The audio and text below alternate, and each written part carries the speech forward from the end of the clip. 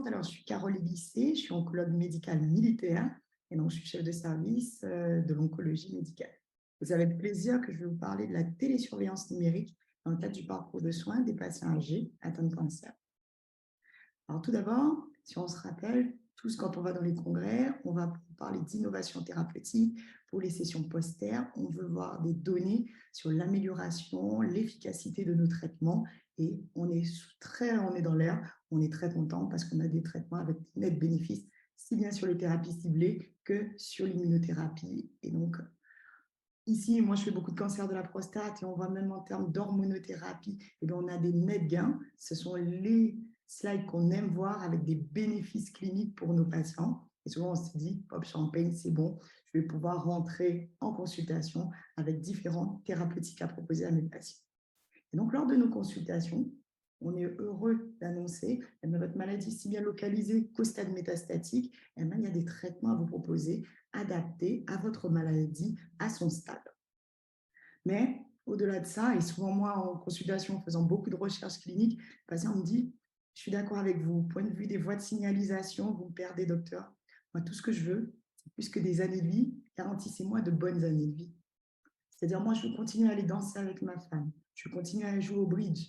Moi, j'ai mes activités physiques, j'ai la piscine, ma balnéothérapie, ça, je veux que vous me le garantissiez. Au point de vue du traitement, je vous fais confiance. Mais quand on parle de qualité de vie, eh bien, les sessions qualité de vie, elles sont un peu moins nombreuses. Je suis contente que là, on en parle vraiment sur le parcours de soins, ce qui peut rappeler un peu les sessions à l'Assemblée nationale où on décide de lois importantes. Les patients veulent de la qualité de vie.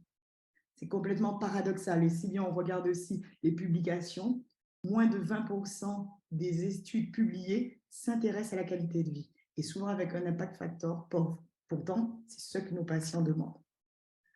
Probablement parce qu'on pense que lors de la consultation, eh bien, on sait, on connaît le patient, on connaît le côté socio-économique de son lieu. Est-ce qu'il est entouré? Est-ce qu'il est seul? Je connais la maladie, je connais le traitement. Donc, on y va de façon sereine quand on annonce nos maladies et qu'on parle du traitement. Dans l'étude de base qui a comparé le ressenti des patients à celui des soignants sur les événements indésirables, eh bien, clairement, nous sous-estimons le ressenti de nos patients. Probablement parce qu'ils viennent endimancher à nos consultations. Moi, faisant beaucoup de cancer de la prostate, ils viennent avec leur cravate tout beau. Et on se dit souvent, c'est que ça va. Et en fait, il est souvent au fond sur le canapé. Et si le patient est la clé, il sait ce qu'il veut, sa tolérance est personnalisée, sa qualité de vie est personnalisée. Mais nous devons les écouter. Et c'est là où viennent les patientreporting.com. C'est tout rapport sur l'état de santé d'un patient qui provient directement de lui, sans interprétation ni du clinicien, ni de son entourage. Écoutons nos patients, ils savent ce qu'ils veulent. Alors vous me direz, OK, on a plein d'échelles de qualité de vie, le SF36, le FACP, etc. Dans ma pratique, je fais comment? Je le suis comment? Comment je vois l'évolutivité?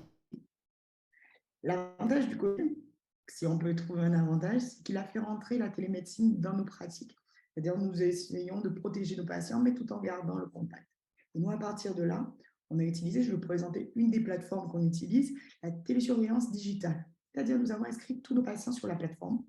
Il y avait deux groupes, les patients hyper connectés, et la plupart de nos patients le sont, ils ont tous un smartphone, ou bien ils étaient rappelés régulièrement par l'infirmière, un peu ce que fait l'IPA régulièrement. Mais quand on n'a pas d'IPA, il faut qu'on s'adapte pour garder le contact avec nos patients. Ils répondaient à un questionnaire spécifique de leur maladie et de leur traitement. Et l'algorithme, notamment via l'intelligence artificielle, permettait de classer notre patient, soit dans un état correct, état vert, un état fragile, il avait des événements indésirables, mais sa qualité de vie était maintenue, ou dans un état à surveiller ou critique. Et cela devait avoir une alerte et le voir plus rapidement en consultation. Pour les patients dans un état correct ou fragilisé, ils avaient tout de suite des conseils immédiats. Souvent, les patients se posent des questions. J'ai des nausées, est-ce que je peux prendre un prépérant ou pas? Est-ce que j'attends la consultation? Et ils gardent un inconfort et ça passe du grade 1 au grade 2, grade 3, ils arrivent fatigués. Là, ils ont un conseil immédiat. Pour les patients ayant un état à surveiller ou critique, eh bien, ils étaient attirés avec un pop-up en disant, si bien pour l'équipe soignante pour eux, rapprochez-vous de votre médecin référent parce que les événements indésirables que vous décrivez nécessitent une prise en charge rapide. Ici, c'est sur un timeline. Alors, je vous ai mis, il y avait une forte adhérence. Plus de 75% des patients ont adhéré à plus de 6 mois à la télésurveillance. Et pour moi, ça me parle beaucoup. C'est-à-dire que je vois comment le patient répond une fois par semaine à son questionnaire, quelle est sa tolérance. C'est-à-dire ici, il est plutôt vert. Le traitement se passe très bien, il n'a pas d'effet secondaire, on peut continuer. Par contre, les périodes où il est plutôt orange, où il n'a pas eu des vrais signaux d'alerte, mais ça s'accumule, où sa qualité de vie se diminue, m'interpelle tout de suite et me dit à ma prochaine consultation, il faut que j'adapte le traitement. Je ne peux pas continuer comme ceci parce que mon patient, sa qualité de vie est dégradée. Ce qui me permet d'anticiper et d'avoir une vision globale du ressenti de mon patient. La télésurveillance a aussi un impact si bien en survie globale, en survie sans progression, ce qui a été montré par Bach, mais aussi point de vue économique, médico-économique. Ça diminue l'arrêt des traitements, mais ça diminue de façon nette les visites de façon anticipée et les hospitalisations. Écouter mon patient a un bénéfice pour lui sur sa qualité de vie, mais aussi en gain en année de vie. Donc, on serait complètement dans le même sens que le soin du patient. J'espère vous avoir convaincu que maintenant, vos sujets âgés, vous allez les télémonitorer ou bien avec l'infirmière. Le biais que je dirais, moi je suis emballée parce que je suis très connectée, c'est tout de même, vu que la télésurveillance va être bientôt remboursée, c'est attention, on ne peut pas le faire tout seul. Le patient qui se dit, OK, je vais répondre à la machine, mais qu'il n'y a personne qui regarde derrière, n'adhérera pas. Les patients m'ont testé notamment, ils ont mis des coups, qu'ils étaient tout rouges, etc., pour être sûr qu'on les appelle. Les patients sont d'accord d'adhérer à ceci, vu qu'on leur dit, parlez-moi de vous, mais il faut être sûr qu'ils aient un contact avec l'équipe.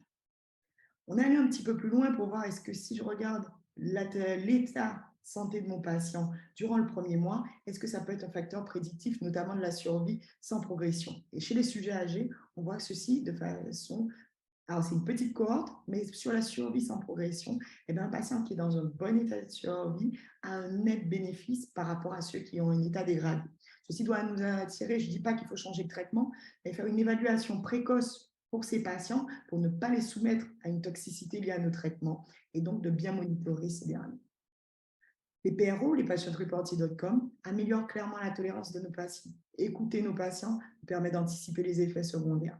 Ça améliore la qualité des soins et ça améliore la communication entre soignants et patients. On est nombreux à dire, le patient qui vous dit à la consultation, j'ai essayé de vous joindre, mais je suis tombé sur le standard, je suis perdu. Là, ils savent qu'ils ont un accès direct à leur kit. Je vous remercie de votre attention.